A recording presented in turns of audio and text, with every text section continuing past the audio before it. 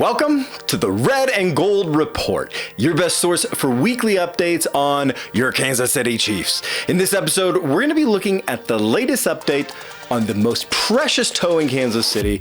We're going to be looking at a highway that was recently named after a chief, and we're going to be breaking down the defensive tackle position heading into next season.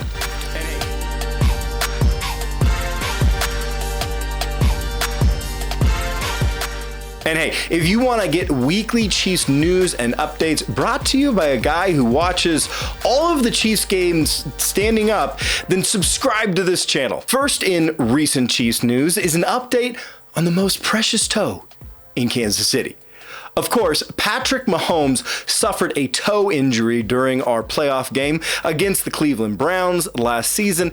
Because of the head injury he got in the same game, almost nobody talked about the toe injury, but it was more serious than you might think. He was diagnosed with turf toe, which in medical terms means he totally jacked his toe up, all the ligaments around his big toe. Turf toe is actually really serious. It has the tendency to keep sticking around. Turf toe is like your weird uncle at an open bar. It just lingers way longer than you ever expected. This February, Mahomes had surgery to repair the toe, but we've heard nearly nothing since. So it's breaking news that we recently got an update on the most valuable toe in the nation. Mahomes recently said this about his recovery: "The toe is feeling great.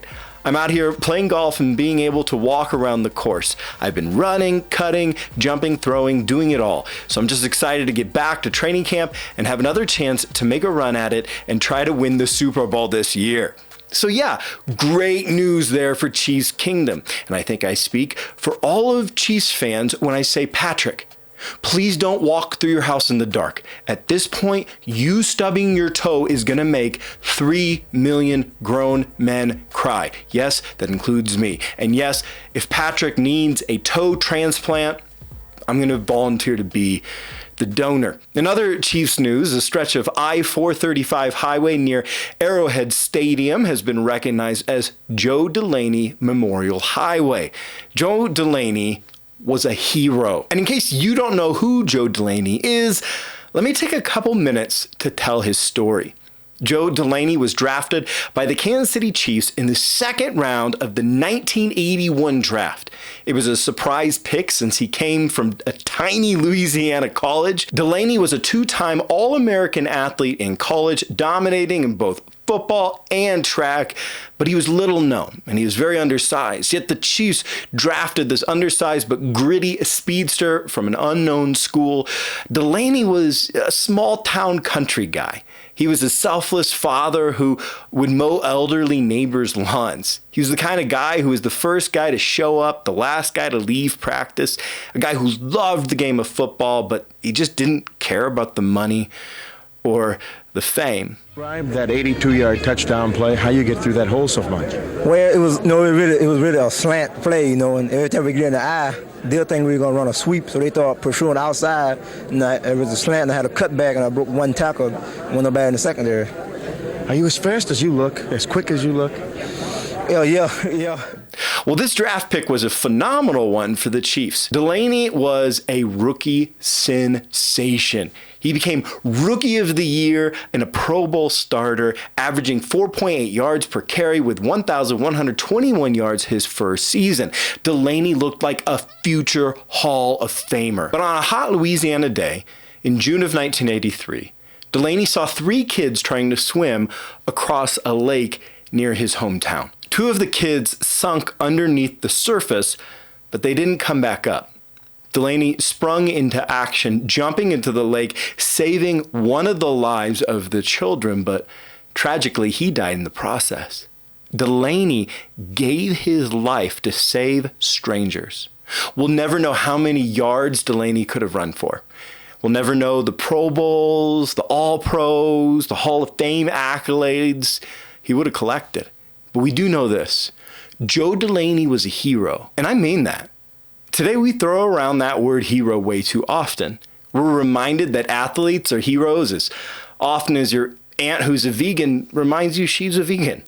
But today, with multi-million-dollar contracts, holdouts, issues with crime among athletes, the truth is that very few athletes really are heroes.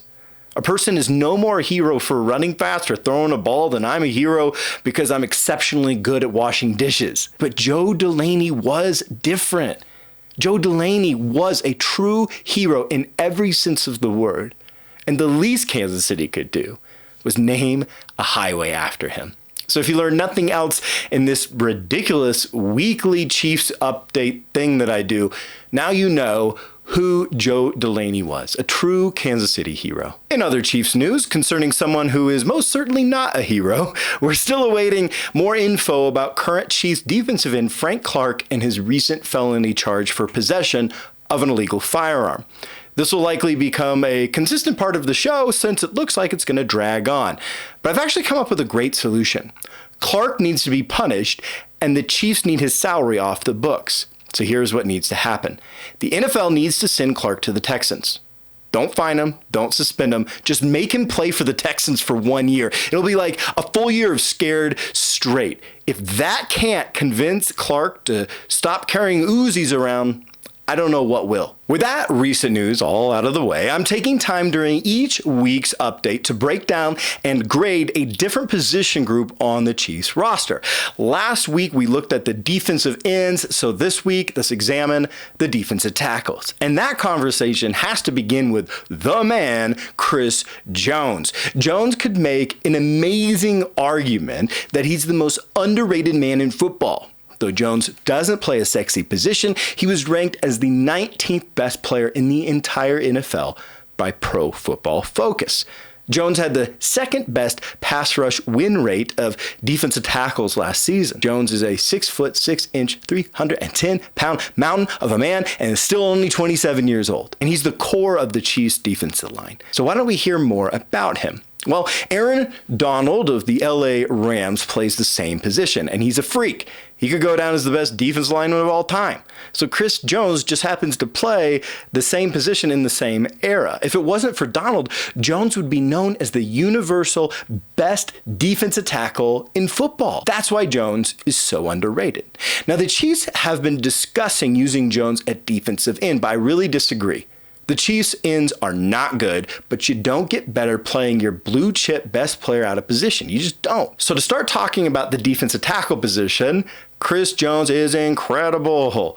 After Jones, there's actually a competition to see who's going to be the number 2 defensive tackle for the Chiefs, Noddy or Reed. But instead of a competition, think of these two players as a complement to one another. Derek Noddy is in his 4th season with the Chiefs after he was selected in the 3rd round of the 2018 draft. Noddy does not add a lot as far as the pass rush. However, he is a top 10 run stopper at the position with a great anchor and a low center of gravity. Jerron Reed, on the other hand, is an interior pass rush specialist.